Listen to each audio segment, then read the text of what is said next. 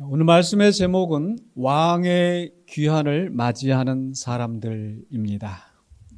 다윗 왕의 귀환을 두고 지난 주일에는 북쪽의 이스라엘 사람들과 남쪽의 유다 사람들이 서로 경쟁을 하면서 또 갈등을 일으키는 그런 내용을 우리가 보았습니다. 그런데 이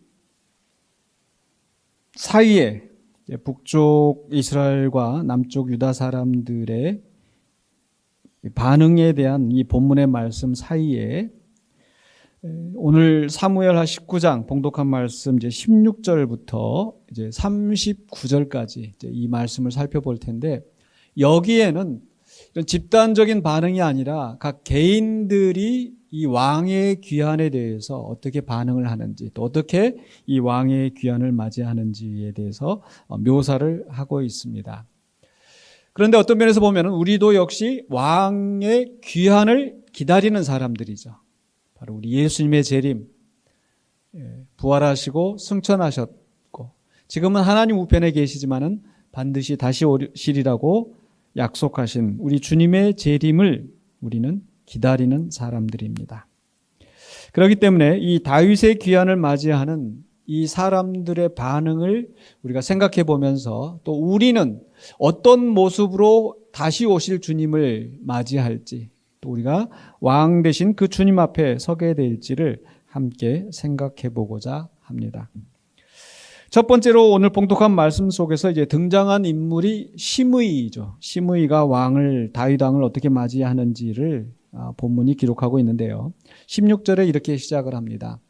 바후림에 있는 베냐민 사람 게라의 아들 시므이가 급히 유다 사람과 함께 다윗 왕을 맞으러 내려올 때에, 지난 주일날 우리가 유다 사람들이 와서 이제 다윗을 맞이하는데 그 가운데 베냐민 사람인 이 시므이가 급하게 와서 지금 다윗 왕을 맞으러 왔다라는 거죠. 왜 이 사람은 이렇게 급하게 이 다윗 왕을 맞이하러 왔을까? 이 사람이 다윗에게 대한 충성심이 그렇게 대단했기 때문일까?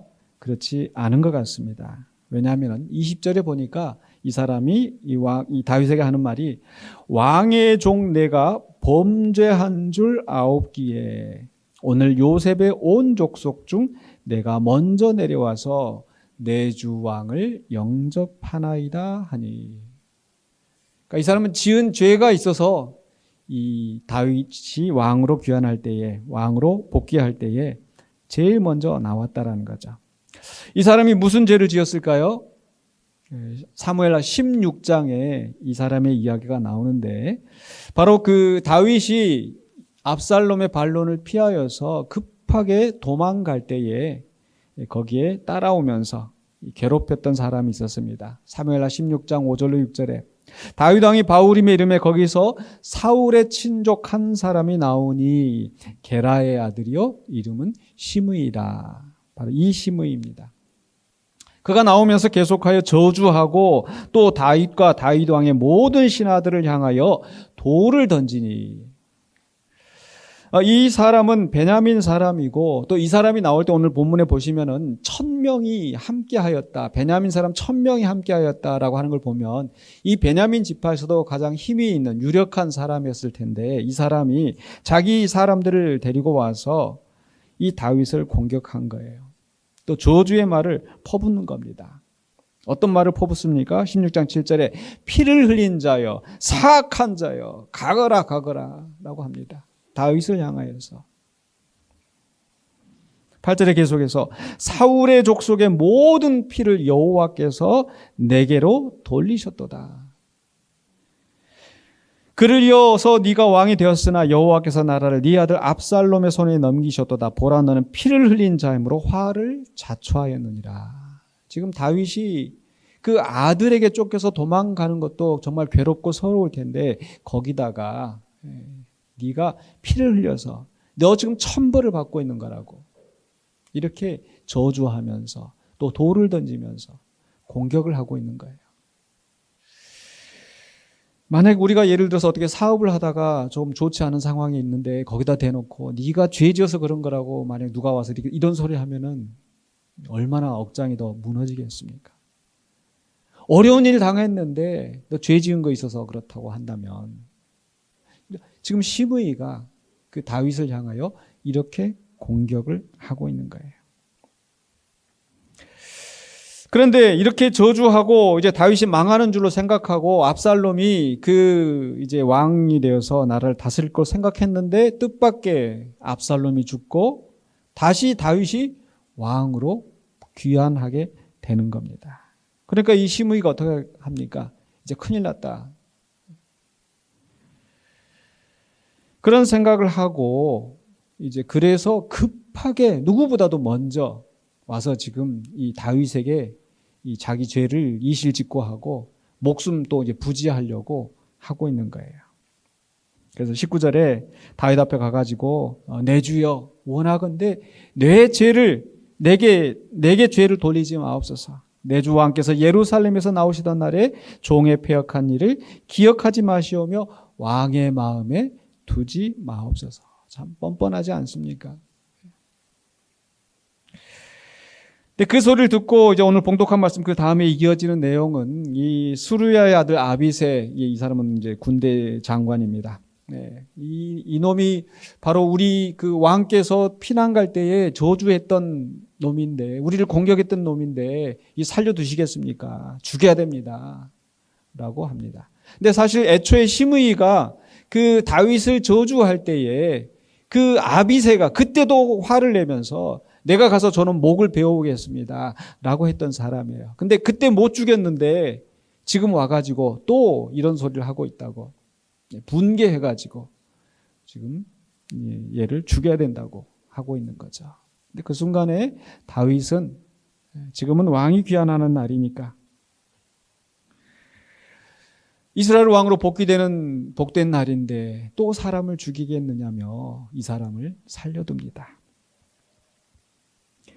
그렇게 하면서 이제 이 다윗 왕이 시므이에게 네가 죽지 않을 것이다 라고 그 앞에 맹세를 하고 이야기는 두 번째 사람의 이야기로 넘어가는데요.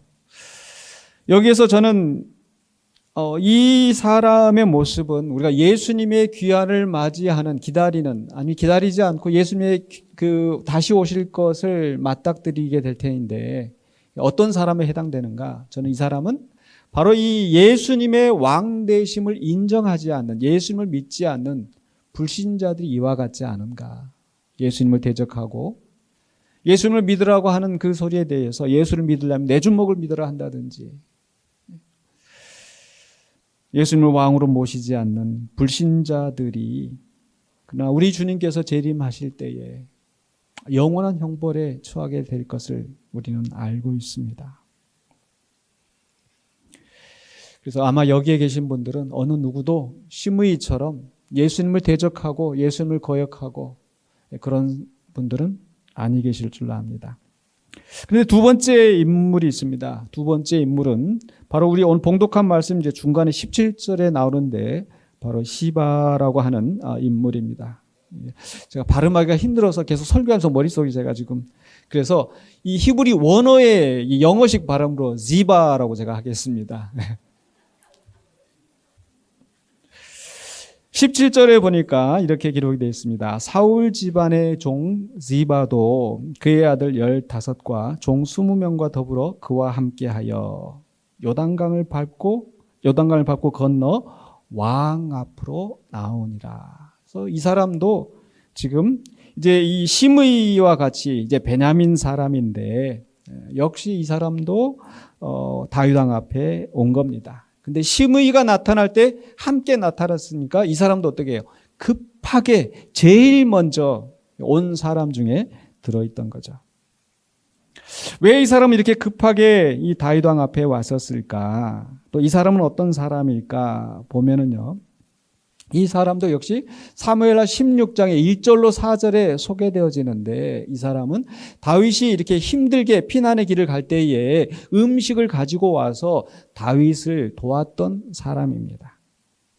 그러니까 다윗 입장은 굉장히 고마운 거죠. 근데 이 사람이 바로 사울의 집 사람이고 그 당시에는 이제 무비보셋의 종이었는데 이 무비보셋은 어떤 사람입니까? 사울 집안의 사람.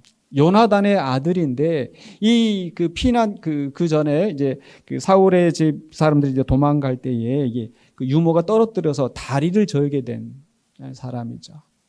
그러니까 자기 집안은 망하고 자기 자신은 다리를 절면서 그렇게 살고 있을 때에 다윗이 찾아내서 그를 왕자들처럼 대우하고 또 사울의 집의 모든 재산들을 그에게 주었던 거죠. 그러면서 그때 바로 이 지바도 바로 이 무비보셋의 종으로 귀속되었었습니다. 그런데 그 종은 왔는데 정작 다윗에게 은혜를 입은 그 무비보셋이 오지 않은 거예요.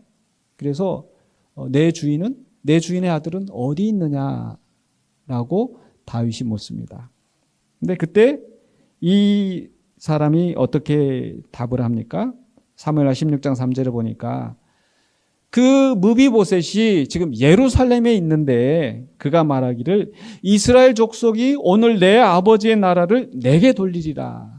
왕손이잖아요. 사울의 손자니까. 근데 다시 내 나라를 찾게 될 것이라 라고 이야기를 했다는 거예요. 나중에 보면은 나오지만 그게 사실이 아니었습니다. 그런데 이 지바가 바로 거짓말을 한 거예요. 모함한 겁니다. 그래서 이 배신감을 느낀 다윗이 어떻게 합니까? 16장 4절에 무비보셋에게 있는 것이 다 내 것이니라.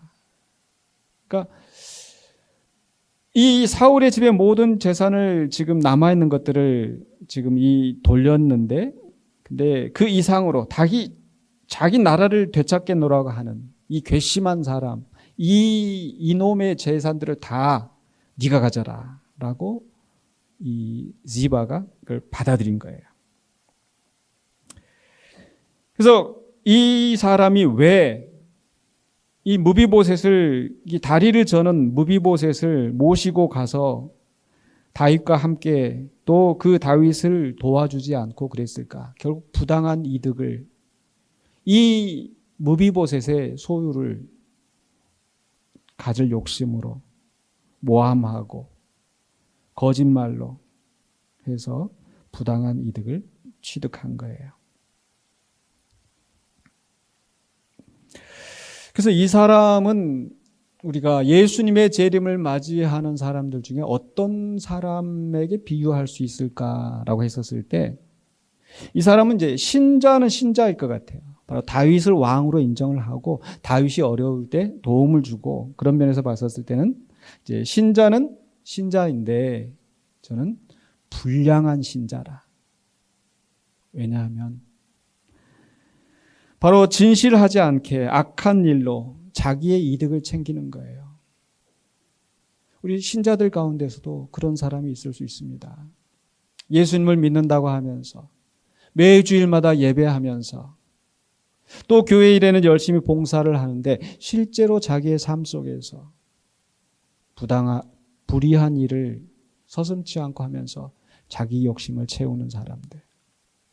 그것 때문에 다른 사람들이 시험에 들어서 주님 앞에 나오는 것을 오히려 방해하는 사람들. 정치적인 이야기들 나오면 괜히 마음이 불편하고 힘듭니다만은 지금도 그렇게 목사라고 하는 사람들이 또 나가서 태극기를 흔들고 찬송가를 부르면서 엉뚱한 이야기를 하면서 그런 사람들을 보면서 오히려 많은 사람들이 시험에 들고 교회가 왜 저럴까? 또 우리의 삶 속에서도 결국 신자들이 하나님이 기뻐하시는 삶을 사는 것이 아니라 자기 욕심을 위해서 다른 사람들을 희생시키고 그런 삶을 살아간다면 과연 그게 주님을 섬긴다고 해서 단지 주님이 기뻐하실까? 한참 전에 지나간 뉴스입니다만은 어떤 그 군대 장군이 자기 사병들 데려다가 식모처럼 부리고 학대하고 욕하고 그러면서 주일날 되면은 또 교회 데리고 가고 교회 나가게 만들고 강압적으로 누구보다도 교회에서는 가장 전도 열심히 하고 헌금 많이 하고 그런데 다른 사람을 실족하게 하여서 주님 앞에 나오지 못하게 만드는 사람들. 신자라고는 하지만 불량한 신자 아니겠습니까?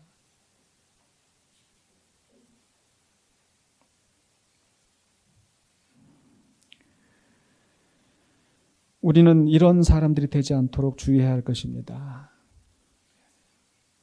이사야서 1장에서도 하나님 앞에 많은 제물을 드리는 그 사람들이 이웃을 해치고 악을 행하고 그렇게 올 때 그 제물들을 가지고 오지 말라. 너희는 마당만 밟을 뿐이라. 지겹다 너희들이 가져오는 제물. 우리 주님은 결코 주님만을 위한다고 하면서 다른 사람들에게 악을 행하는 것을 기뻐하지 않으십니다. 우리 주님이 우리에게 가르쳐 주신 것은 하나님을 사랑하고 또 이웃을 내 몸과 같이 사랑하라고 말씀하십니다. 그래서 우리가 주님 앞에 나갈 때 또한 우리는 우리 이웃들에게 선을 행하고 사랑을 베푸는 그 모습을 보여야 될 줄로 믿습니다. 그러나 이런 시므이나 시바는 그런 일들을 행하지 않았습니다. 한 사람은 그 다윗을 대적하고 또 한 사람은 다윗을 이해한다고 하지만 그 다윗이 원하는 대로 또 진실하게 살지 않았습니다. 이런 사람들은 분명히 다윗이 귀환하는 것을 원하지 않았을 것 같아요. 자기의 죄가 드러나니까 벌을 받게 될까 봐. 그런데 이와 반대로 그 다윗의 귀환을 환영하며 기다리는 사람들이 또 나옵니다. 세 번째 인물입니다. 세 번째 인물은 24절로부터 30절까지 바로 그 시바로부터 모함을 받았던 무비보셋이죠. 말씀드린 것처럼 이 사람은 다윗에게 은혜를 입었기 때문에 그래서 그 사람을 이제 다윗은 아마 자기와 함께 할 것을 기대했을 것 같습니다. 그런데 그 사람은 오지 않았습니다. 왜 오지 않았을까? 또 오지 않는 동안에 이 사람은 어떻게 했을까? 과연 바로 그 종이 이야기했던 것처럼 자기 나라를 이제 되찾게 될 것이라고 그런 기대에 부풀어 있었을까? 그렇지 않았죠. 24절에 이렇게 시작합니다. 사울의 손자 무비보셋이 내려와 왕을 맞으니 이 사람도 역시 다윗 왕을 맞이합니다. 그런데 어떤 모습으로 맞이하는가? 그는 왕이 떠난 날부터 평안히 돌아오는 날까지 그의 발을 맵시 내지 아니하며 그의 수염을 깎지 아니하며 옷을 빨지 아니하였더라. 그 종이 모함하는 말처럼 그렇게 이 나라를 되찾을 것을 생각하면서 그렇게 의기양양하게 있는 것이 아니라 애도하고 있었습니다. 슬퍼하고 있었습니다. 결국 그의 마음은 다윗을 향한 그의 마음은 악하지 않았던 거죠. 그렇지만 그가 다윗 앞에 나올 수 없었던 이유가 있었습니다. 바로 다윗이 너는 왜 나와 함께 하지 아니하였느냐라고 물을 때에 이 사람이 대답하죠. 바로 내 종이 나를 속이고 나는 다리를 저는 자이기 때문에 내 발로 갈 수가 없어서 나귀를 타고 가야 되는데 내 종이 나를 속이고 나를 못 오게 만들고 나를 왕 앞에 가서 모함하였습니다. 그렇지만 그런 말을 할 때도 이 사람은 자기의 이익을 챙기는 것이 아니라 내 주 왕께서는 하나님의 사자와 같으시니 왕의 처분대로 하옵소서. 왜 이런 말을 하겠습니까? 내가 사정이 있어서 못 가긴 했지만은 그래도 내가 그 왕과 함께 가지 않은 것에 대해서 너무나 죄송하고 마음이 아프기 때문에 왕이 벌을 내리시면 그 벌을 달게 받겠습니다. 라고 말한 거예요. 그러면서 자기 자신이 얼마나 왕에 대해서 걱정을 하고 왕이 주신 은혜에 대해서 얼마나 감사하게 생각했는지를 이야기를 합니다. 그런데 그 순간에 다윗이 너 이제 와서 또 네 변명을 하려고 하느냐라고 하면서 어떤 결론을 내리냐면은 그러면은 이제 그 네 종과 재산을 나눠라 이렇게 처분을 합니다. 사실 무비보셋의 입장에서는 굉장히 억울한 일이죠. 그렇지만 자기 그 왕의 처분대로 해달라고 이야기를 하고 또 그 다음에 덧붙이는 말이 참 감동적이죠.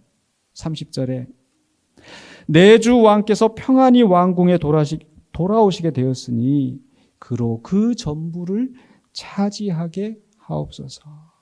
얼마나 겸손한 말입니까?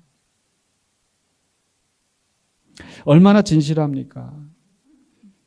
내가 지금 내 재물 때문에 내 손해 날까 봐 변명하는 것이 아니고 좀 너무 송구스럽습니다. 하지만 왕께서 이렇게 평안히 다시 이렇게 귀환하게 된 것만으로도 저는 만족합니다. 그러니 제 앞에 돌렸던 재물은 다시 그 사람이 갖게 하십시오 라고 하는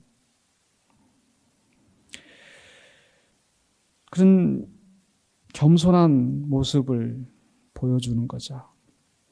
그래서 저는 이 무비보셋은 예수님의 재림을 기다리는 사람들 중에 어떤 모습과 같을까라고 했었을 때 분명한 바로 이 예수 그리스도의 왕권을 인정하는 신자입니다.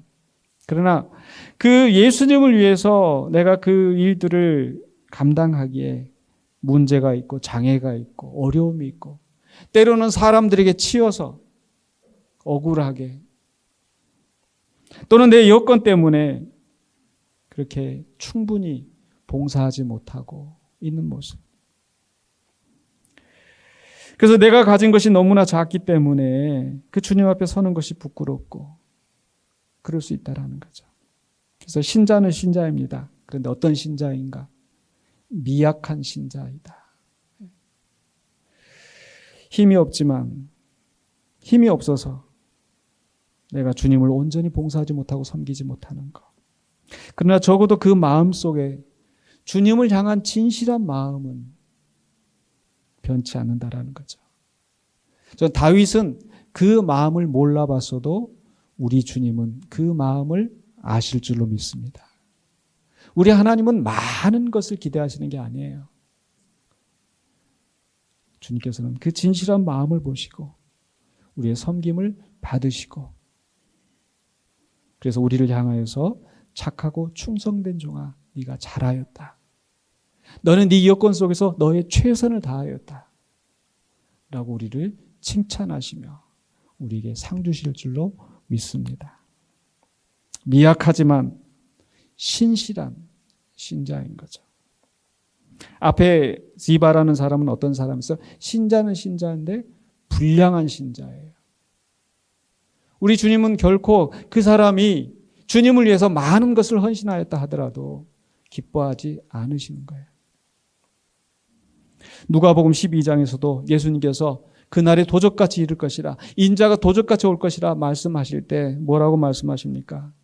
인자가 올 때에 진실한 종들은 그 다른 사람들에게 선을 베푸고 사랑을 베풀지만 그러나 내 주인이 더디어 올 것이라 하면서 악한 종들은 다른 종들을 때리고 자기 욕심을 채우고 우리는 그런 우리가 힘을 가지고 불량하게 살아가는 불량한 신자가 아니라 비록 내가 가진 것이 적더라도 진실하게 주님을 섬기고 하나님의 뜻을 행하는 우리가 되어야 되겠습니다. 마지막으로 네 번째 인물이 바로 31절로 39절에 바르실레라고 하는 인물이 나옵니다. 이 사람은 바로 앞서 무비보셋처럼 그런 약한 사람이 아니었습니다. 유력한 사람이었었고 부자였습니다. 그는 길르앗 사람이라고 한 것을 보면 베냐민 지파 사람일 가능성이 높습니다. 그렇지만 시므이와 달리 시므이는 이 다윗을 저주하고 공격했지만 그러나 바르실레는 그 다윗이 어려운 순간에 있을 때 그에게 도움을 주었습니다. 그래서 19장 32절에 바르실레는 매우 늙어 나이가 80세라 그는 큰 부자이므로 왕이 마하나임에 머물 때에 그가 왕을 공개하였더라. 어려운 순간에 있을 때 그 다윗을 도왔던 바로 그 사람입니다. 자기의 힘을 가지고 있는 것을 가지고 다윗을 도왔습니다. 그래서 다윗이 그게 너무 고마워서 이 사람에게 말하기를 33절에 나와 함께 예루살렘으로 가자. 내가 당신이 내가 어려울 때 베풀어준 은혜를 내가 꼭 갚겠노라고 이렇게 이야기를 합니다. 우리 주님은 우리가 주님 앞에 봉사하고 헌신한 것을 결코 그냥 놓치지 아니하시고 우리에게 상 주시는 분인 줄로 믿습니다. 그런데 이 바르실레는 뜻밖의 이 왕의 제안에 대해서 사양을 합니다. 사양을 하는 이유가 나는 이제 나이 많아 늙었고 곧 죽을 터인데 지금에 와서 예루살렘에 간들 내가 얼마나 부귀영화를 누리겠습니까? 저는 제 고향에 돌아가서 우리 부모 곁에서 이제 죽으려고 합니다. 죽을 때가 다 왔습니다. 그리고 내가 한 것은 36절에 보니까 당신의 종은 왕을 모시고 요단을 건너려는 것뿐인데 그게 뭐라고 나한테 이렇게 엄청난 상을 주시려고 합니까? 자기가 가진 것을 생색을 내고 드러내려고 하지 않고 오히려 겸손하게 저는 제가 할 일을 한 것뿐입니다. 라고 하는 이 모습.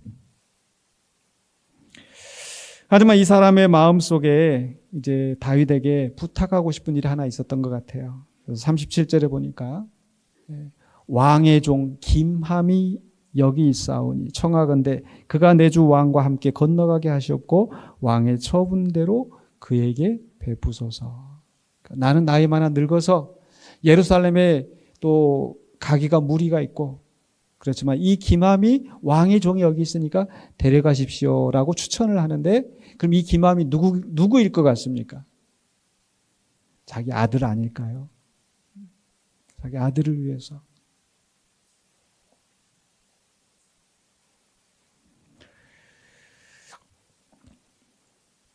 그래서 저는 이 바르실레를 어떤 형으로 분류를 했냐면은 신자이죠. 신자인데 앞에 무비보셋은 미약한 신자라고 했다면은 이 바르실레는 저는 유력한 신자형이다. 여러분 사람 이름이 기억이 안 나시거든 그렇게 기억하세요. 첫 번째는 불신자형이고 두 번째는 신자는 신자인데 불량한 신자형이고 세 번째로는 미약한 신자형이고 네 번째는 유력한 신자형이다. 하나님께서 복을 주셔서 우리에게 건강도 주시고 또 하나님께서 나에게 재물도 주시고 사회적으로 어떤 위치에 있게 하시고 그렇게 주신 은사가 크거든 그것을 가지고 내 욕심을 채우면서 살아가는 것이 아니라 주님을 위하여서 주의 나라와 주의 영광을 위하여서 있는 거 내가 최선을 다해서 봉사하는 거 섬기는 거 그게 유력한 신자형인 줄로 믿습니다. 그런 신자들이 주님 오실 때에 우리가 정말 우리의 모든 영광을 주님 앞에 내어놓고 그 앞에 경배할 때 우리 주님께서 우리를 바라보시고 또 우리에게 복 주실 줄로 믿습니다. 상 주실 줄로 믿습니다. 여러분은 어떤 형태의 신자가 되기를 원하십니까? 유력한 신자가 되기를 원합니다. 그렇죠? 미약한 신자보다는 유력한 신자가 낫겠죠.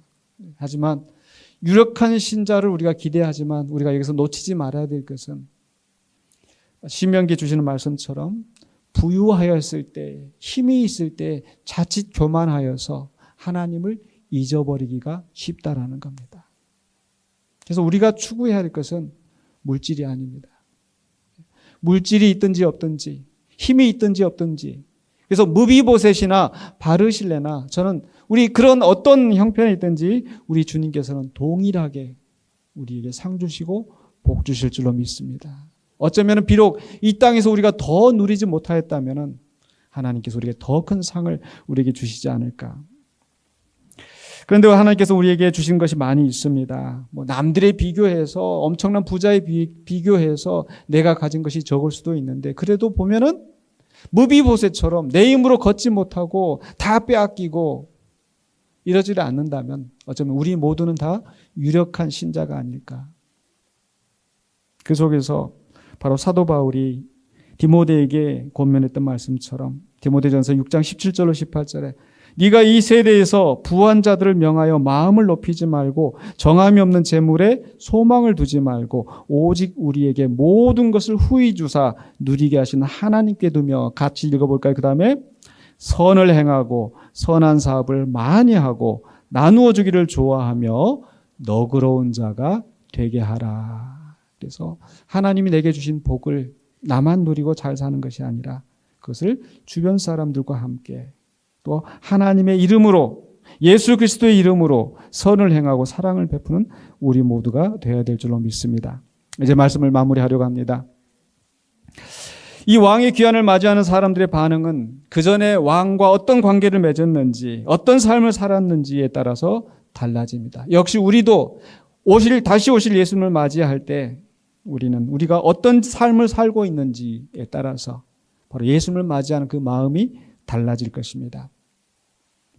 그런데 여기에서 또 한 가지 우리가 생각해야 할 것은요, 다윗이 왕으로서 귀환하는 것과 예수님이 재림하시는 것에는 중요한 차이점들이 있더라고요. 어떤 차이점들이 있는가? 첫 번째로는요, 예수님의 재림은 절대적입니다. 다윗이 왕으로서 귀환하는 것은 자칫 실패할 수도 있었습니다. 못 돌아올 수도 있었습니다. 그러나 우리 주님이 다시 오시는 일은 반드시 이루어지는 줄로 믿습니다. 우리 주님은 반드시 다시 오십니다.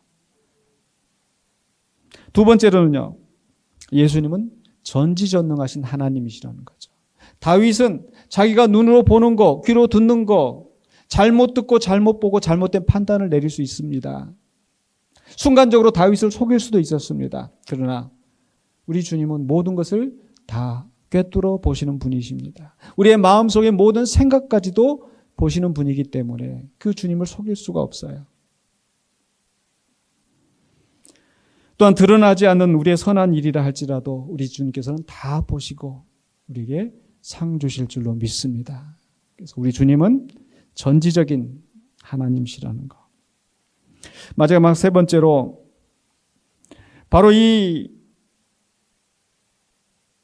다윗의 귀환은 이제 다윗이 와서 심판을 할 때 이상하게 그 심의를 죽이지 않은 것이나 또 무비보셋과 그 종에게 그 재물을 나누게 한 것이나 그것은 어떻게 보면 왜 이런 결정을 했을까? 여러 가지 정치적인 상황이나 또 이제 그때는 못했지만 또 나중에 또 이렇게 어떤 결론이 달라질 수도 있지 않을까 그런 생각이 듭니다. 그래서 지금 다윗이 이 귀환하는 길에 했던 일들은 임시적일지 모르지만 그러나 예수님이 재림하실 때는 그 심판은 최종적이라는 거예요. 변기할 수 없습니다. 주님을 대적하였다가 주님 오실 때 그때에서야 바꿀 수 있는 그런 것이 아니라는 거죠. 그래서 우리 주님의 귀환은 우리 예수님의 재림은 절대적이고 전지적이고 최종적이라는 것. 그래서 우리는 그 예수님의 재림에 대해서 더 신중하게 받아들이고 오늘 우리가 사는 이 현재의 삶을 정말 주님이 기뻐하시는 삶을 살아야 될 줄로 믿습니다. 분명히 이 앞에 두 사람은 불신자나 불량한 신자들은 주님이 오시는 것을 기뻐하지 않을 것입니다. 그러나 우리는 주님을 기다리면서 내가 미약한 신자이든 또 유력한 그러면서도 진실한 신자이라면 우리는 주님 어서 오시옵소서라고 기대하며 나아가는 우리가 되는 줄로 믿습니다. 특별히 바르실레가 그 선한 일을 행하면서 자기의 공로를 바라기보다는 자기의 아들이 그 은혜를 누릴 수 있도록 했던 것처럼 또는 우리도 우리가 사는 이 삶이 나의 믿음이 나에게서 끝나는 것이 아니라 또 우리 자녀들에게도 복이 되는 줄로 믿습니다. 그래서 시편 37편 25절 26절에 하신 말씀, 내가 어려서부터 늙기까지 의인이 버림을 당하거나 그의 자손이 걸식함을 보지 못하였도다. 그는 종일토록 은혜를 베풀고 꾸어주니 그의 자손이 복을 받는도다. 우리가 하는 그 선한 행위로 말미암아 우리가 주님 앞에 상을 받을 뿐만 아니라 또 우리의 자녀들이 복을 받게 될 것입니다. 그러나 반대로 28절에는 이렇게 말씀합니다. 여호와께서 정의를 사랑하시고 그의 성도를 버리지 아니하심이로다. 그들은 영원히 보호를 받으나 악인의 자손은 끊어지리로다. 그래서 오늘 우리가 행하는 우리의 삶이 진실한 삶이 주님께서 받으시고 또 장차 주님께서 오실 때에 우리에게 상 주실 뿐만 아니라 그 덕을 또 그 은혜를 우리의 자녀들에게 또 베푸신다는 것을 기억하면서 우리의 신실한 삶을 살아가시는 우리 모두가 되시기를 주의 이름으로 간절히 축원합니다. 기도하겠습니다. 거룩하신 아버지 하나님 은혜를 감사합니다. 오늘 주신 말씀 붙잡고 주님의 오심을 기다리면서 아멘 주 예수여 어서 오시옵소서 라고 외치며 오늘 우리의 삶이 주님 앞에 진실한 삶으로 살아가기를 원합니다. 하나님을 기뻐하고 하나님을 섬기면서 또 내 이웃을 내 몸과 같이 내 주변에 있는 많은 사람들에게 그리스도의 사랑을 실천하며 주의 아름다우신 덕을 선포하고 그 주님이 오시는 기쁨을 함께 누리는 우리 모두가 되게 하여 주시옵소서. 예수 그리스도 이름으로 기도하옵나이다. 아멘.